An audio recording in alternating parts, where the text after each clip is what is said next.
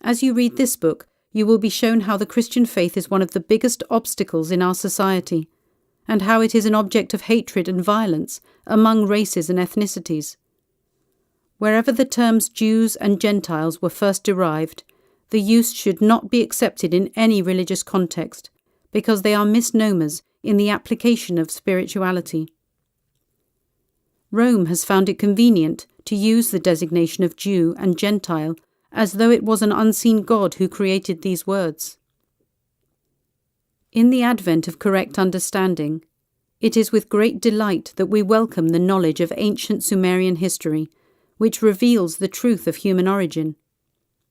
This is great because it provides clarity, an unbroken history that puts the Jew and Gentile classifications into context. It is certain that no unseen God decreed religious terminologies, but rather they were born out of the chaotic human imagination in a manipulative attempt to foster their own brand of spirituality, much like the way they formed derivatives of Pharisees, Sadducees, and Essenes.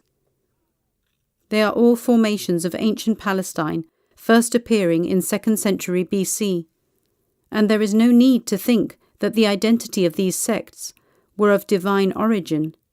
In fact, their very existence operated by dislike, separation, and challenge. Arnold A. Rogoff pointed out the unartificial seismic effect in his book, The Jew in a Gentile World, to which this author asserts is so-called Gentile-Jewish relations. He speaks of the traumatic experience Jews have long suffered and how political and civil emancipation didn't reach them until 1791 in France and 1860 in England. With an emphasis on the attributes which singled Jews out from the vast Gentile world, the aim of his book was to help set the record straight on the root of the relationship between Jews and non-Jews. He says, in part, "The ancient world saw the Jews as separate and unique, and the sense of separateness and uniqueness, whether it was based on any reality, has been the view Gentiles have of the Jews throughout history." He pointed to an observation that no one seems to be able to agree upon exactly what particular qualities make Jews different. Because nothing from the past provides even one scintilla of evidence that some divine authority inaugurates any sects whatsoever. Rogoff does not accept the designation of Jews and Gentiles as containing spiritual meaning, and in this case it's imperative that we don't accept or apply any serious meaning to the Gentile and Jewish titles. They are political devices that wreak havoc in the human arena by fostering false nobility and inferiority.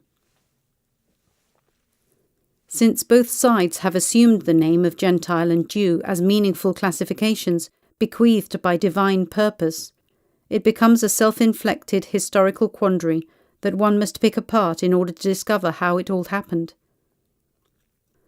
Since it is widely believed that Jews are God's chosen people and that he gave them land by covenant, Rogoff asks why God allows them to be kicked around more than any other people, and why they need political emancipation from evil governmental bodies.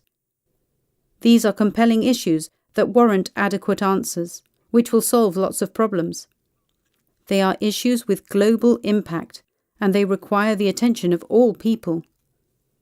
The purpose of this work is to help in the advancement of credible global knowledge, so that with understanding, the confusion around us will disappear from our view.